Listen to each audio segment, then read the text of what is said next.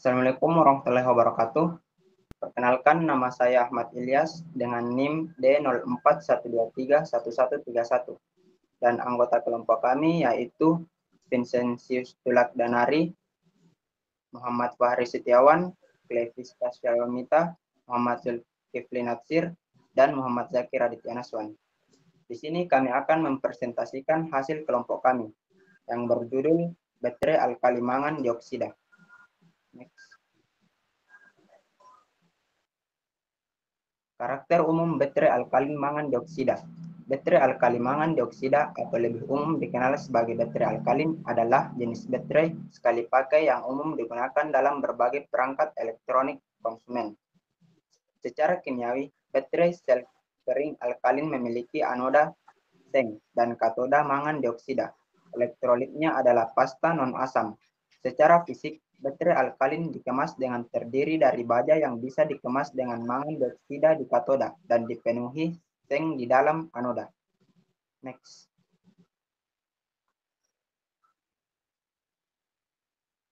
Baterai seng mangan dioksida terdiri dari seng dan mangan dioksida dengan elektrolit KOH. Baterai ini juga disebut sebagai baterai alkalin. Reaksinya dalam bentuk 2MnO2 tambah Zn tambah 2H2O dan 2MnOOH tambah ZnOH2. Bahan kimia baterai alkalin mangan dioksida mengandung beberapa bahan kimia utama yang berinteraksi dalam proses elektrokimia untuk menghasilkan energi. Berikut adalah beberapa bahan kimia utama yang ada dalam baterai alkalin mangan dioksida. Yang pertama, anoda atau zinc. Anoda pada baterai alkalin umumnya terbuat dari zinc atau seng. Proses oksidasi terjadi di anoda, di mana zinc mengalami reaksi kimia untuk melepaskan elektron dan menjadi ion zinc positif atau disebut Zn2+. Yang kedua, katoda atau mangan dioksida.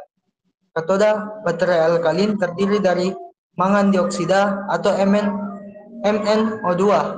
Yang ketiga, elektrolit. Elektrolit pada baterai alkalin umumnya berupa larutan kalium hidroksida atau KOH. Baik, saya akan melanjutkan komponen baterai alkalin. Anoda. Elektroda bisa berupa logam maupun penghantar listrik lain pada sel elektrokimia yang terpolarisasi jika arus listrik mengalir ke dalamnya. Arus listrik mengalir berlawanan dengan arah pergerakan elektron pada proses elektrokimia, baik sel Delphic atau baterai maupun sel elektrolisis. Anoda mengalami oksidasi. Katoda. Kebalikan dari anoda, katoda adalah elektroda dalam sel elektrokimia yang terpolarisasi jika arus listrik mengalir keluar darinya. Pada baterai biasa atau baterai karbon seng, yang menjadi katoda adalah seng yang dia menjadi pembungkus baterai, sedangkan pada baterai alkalin yang menjadi katoda adalah mangan dioksida atau MnO2.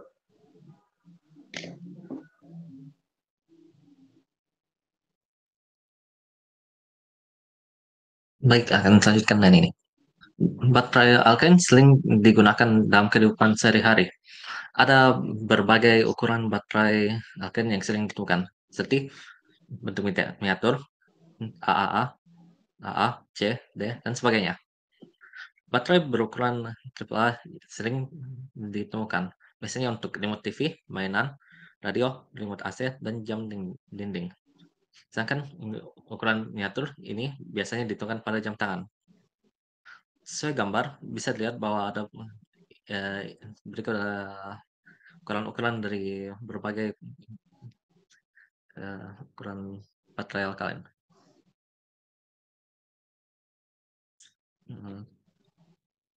Baterai eVolta. Baterai eVolta adalah jenis baterai non-rechargeable atau sekali pakai yang dikembangkan oleh Panasonic. Baterai ini dirancang untuk memberikan daya yang andal dan tahan lama dalam berbagai perangkat elektronik konsumen.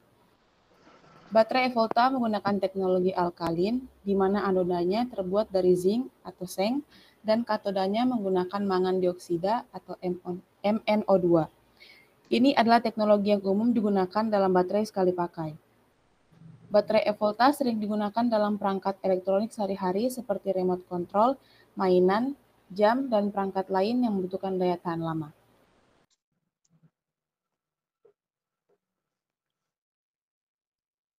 Oke, baterai oxyride. Deskripsinya, baterai oxyride juga merupakan jenis baterai non-rechargeable yang dikembangkan oleh Panasonic. Baterai ini dirancang untuk memberikan kinerja yang lebih tinggi dibandingkan dengan baterai alkalin konvensional. Teknologinya, baterai oxyride menggunakan teknologi yang menggabungkan oksida zinc dengan mangan dioksida atau oksinikel hidroksid manganis. Teknologi ini dirancang untuk meningkatkan kapasitas dan daya tahan baterai. Dan aplikasinya yaitu, baterai oxyride sering digunakan dalam perangkat yang membutuhkan daya tinggi atau dalam situasi di mana baterai alkalin biasa mungkin tidak memberikan daya yang cukup. Contohnya, kamera digital, perangkat audio portable, dan peralatan elektronik lainnya. Next. Adapun dampak positif dan negatifnya. Dampak positifnya yaitu kepadatan energi lebih tinggi, masa pakai baterai lebih lama, lebih aman, dan kurang berbahaya dibanding baterai asam timbal dan baterai lain sebelumnya. Dan dampak negatifnya yaitu lebih besar dan berat dari baterai li-ion, resistansi internal tinggi, yang kemungkinan besar terjadi kebocoran yang dapat menimbulkan korosi sirkuit. Dapat mencemari lingkungan sebab kita tahu bahwa kandungan baterai berbahaya bagi makhluk hidup.